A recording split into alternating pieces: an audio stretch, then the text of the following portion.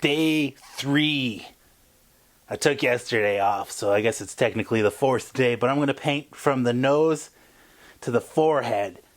I'm going to be painting some orange, a lot of orange today. Get ready for it. If you have an aversion to orange, well, you've come to the wrong place. Like this video.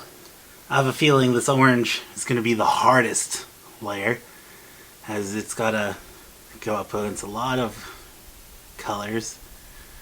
The blue, anything blue, which there's a lot of blue and gray, a lot of blue and green, so, and then there's blue and purple as well.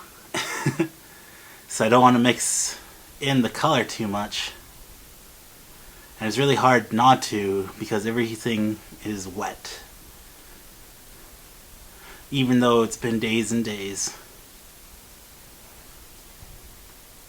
There's no rules to painting. In some people's eyes, I'm painting wrong, and I'm okay with that. There's not a specific wrong or right way, as long as you get results. In the previous 2 installments, I had the camera pointing the wrong way just because I had a couch in my way. I threw out all my furniture. I haven't been sleeping on any furniture on a bed since my apartment got flooded. My bed got ruined, and my furniture, just over time, got sucky. So I just threw it all out, and I feel better. About it. I've been trying to thin down a lot of my things, but I don't know. Getting rid of all the furniture, I don't know if that was necessary.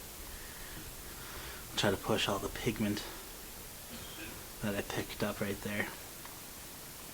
This blue is really beautiful. It's like a teal.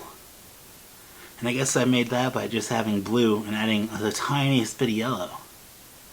But it really made a beautiful color. There's a lot of purple pigment there.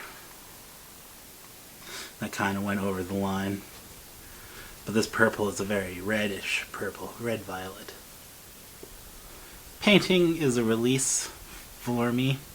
It's a distraction from what my brain normally goes through. It gives me something to focus on. If I get a little bit of blue in there, I'm going to have to work it in. It kind of makes it an ugly orange, but I don't know what else to do.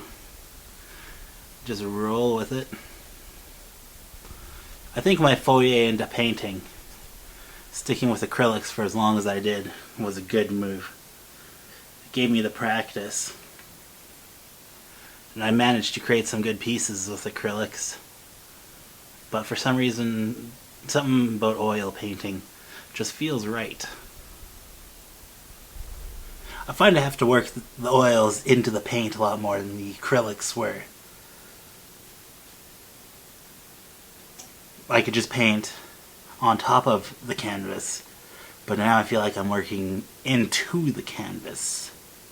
I had more red in the pigment right here than I do right here. So I'm just going to work some more red into some orange here, make a darker orange, a redder orange.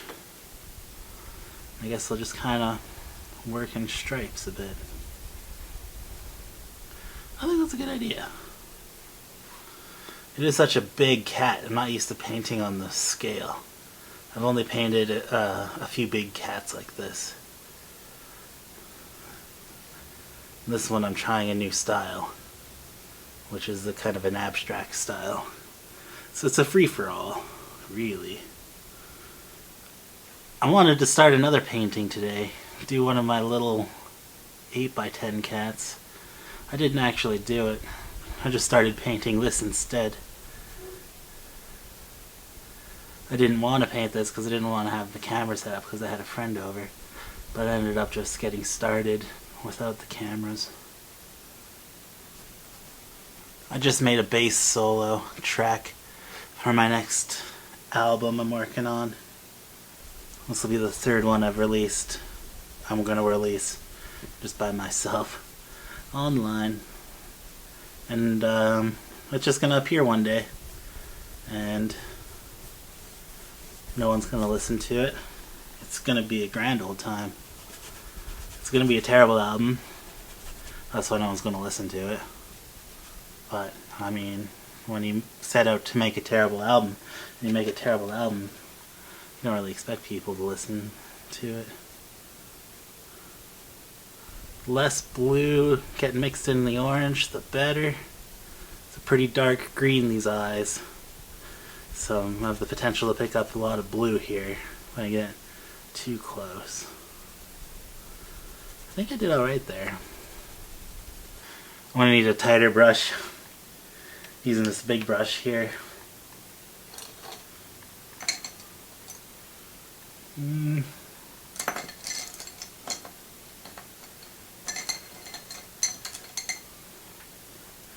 It's a big patch of green there because I picked up the blue into the. So I'm just going to cover it up with a lot of red. There you go. It's another classic catsident moment. Because there's no such thing as mistakes. Like Bob Ross always says, only catsidents. It's like aggressively red. I actually don't like it. Now I got some orange in the moon-like thing on his forehead. Well, it's kind of working like a shading on the moon now. Just rubbing it in with my finger. Ugh, I'm gonna have to clean my hands from these oils. My secret for this painting is just putting my time into it. And then taking lots of reflection time in between sessions. A little bit more than I would normally do. I want to outline these things that I covered around with the orange with the black like I normally do. I guess not everybody outlines everything in black. I don't do it all the time, but it kind of is like my style now. Just the things that you do start to define you. And that's true in every aspect of life, not just art. Do nice, cool things, you be a nice, cool person. Maybe I'm using the wrong brush. Let's see. Let's see if this angled brush works any better. Nope. I think it was a mistake to try to outline these. But you know what? Maybe it's just another catsident. Red is an extremely strong color. At the same time, it's also weak. When you add other colors to it, like making a purple or making a yellow, you want to use less red. Pink, you want to use the other color more.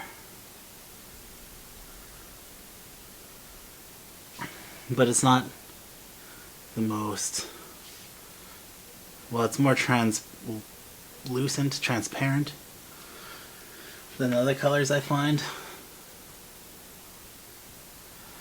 See, he was doing this black layer, you pick up the paint underneath very well. Well, I think I'm gonna stop there for now. Let's see, maybe add some more black around these bubbles. There's like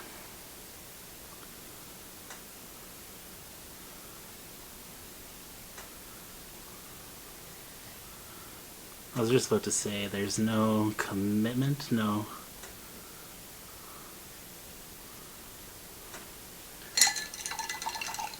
I'm gonna have to do something drastic with that moon now.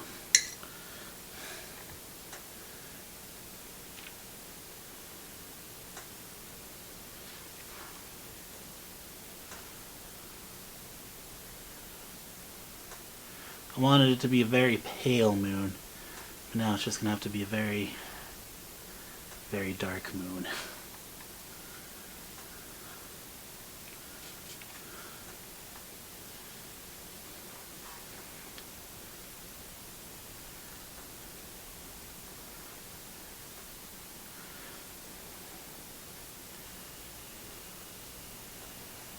Hey, thanks for liking my video. I really appreciate it.